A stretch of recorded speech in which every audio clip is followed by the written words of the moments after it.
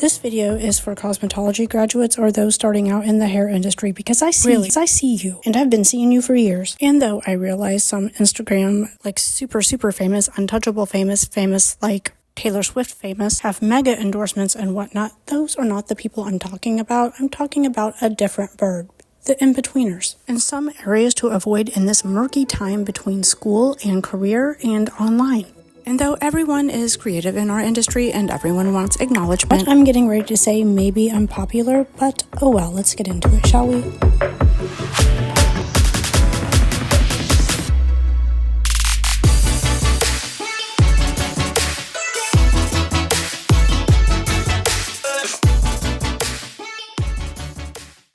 So I've been a blonde color specialist for many years. There is nothing I find more annoying than a content creator or some hairstylist on YouTube who's all like, I can't give away my genius formulas, but for $800 you can do my online workshop and you can learn how to do this yourself. I know this is like a real thing now and I'm not trying to be a hater, but come on, Carla.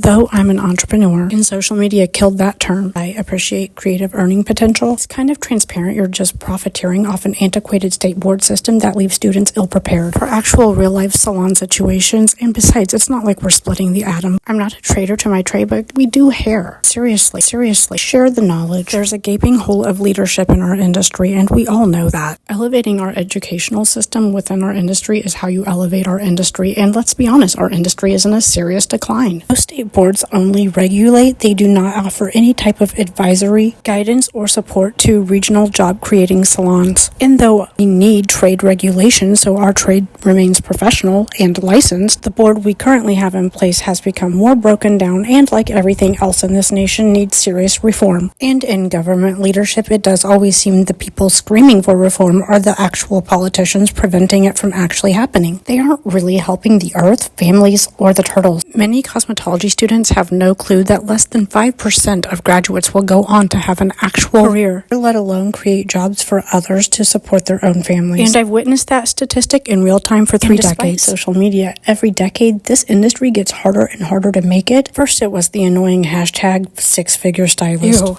In case that didn't give you enough FOMO or insecurity about your career, it was the independent educators sitting on a plane, sipping champagne, reminding you why you should pay $3,000 to join their education forum for hair extensions or whatever BS they're peddling that week. What is unfortunate is I have seen some very intelligent people fall into these pitfalls, but it is no more than fear-based sell tactics. Like everything, making decent money in this industry is not based upon a skill, it is based upon a mindset.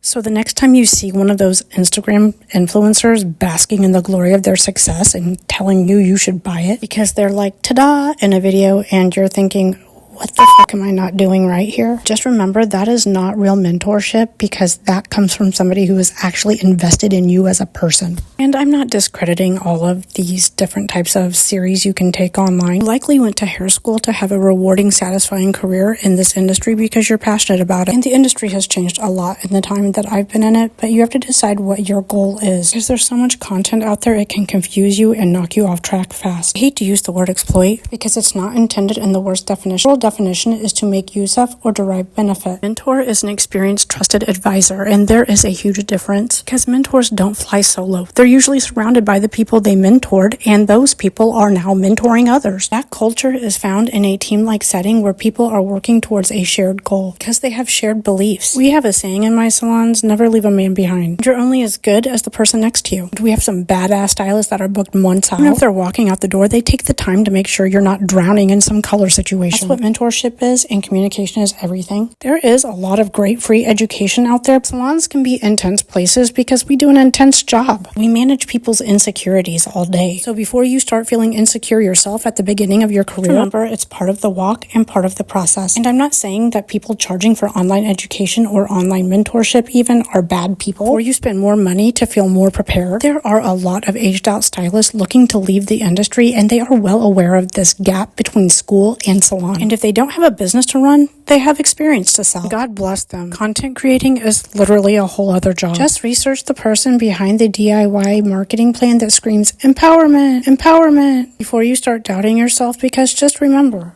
You went to hair school to do hair, hopefully, but I assume if you wanted to do marketing, you would have went to college for business and marketing. Statistically, most people with business degrees work for business owners, and there's a reason why a lot of my stylists have been with me for decades, like seriously decades. Right along with me, they've seen it all. And trauma bonds are best shared together. Haha, just kidding. Just goal planned and stick to it, because if I had quit my first salon job, I would not be in this industry to this day, and I thought about it. And I'm glad I didn't, because I still love doing hair, but I love the people I work with even more. Just remember, you're not doing anything wrong. It just takes time to build a clientele and a skill set that becomes high in demand. Be patient, research, before you obsess over skill and success. I've seen decades of frustration and people wanting instant gratification career-wise overnight. And I get it. We live in an instant gratification culture, but that's not really realistic. Despite what anyone in the industry tells you, the best thing to focus on is finding a place where you can find both. Success is subjective. Define what success means to you, and then place yourself around people who share the same beliefs. I'm Gemy with Studio 39.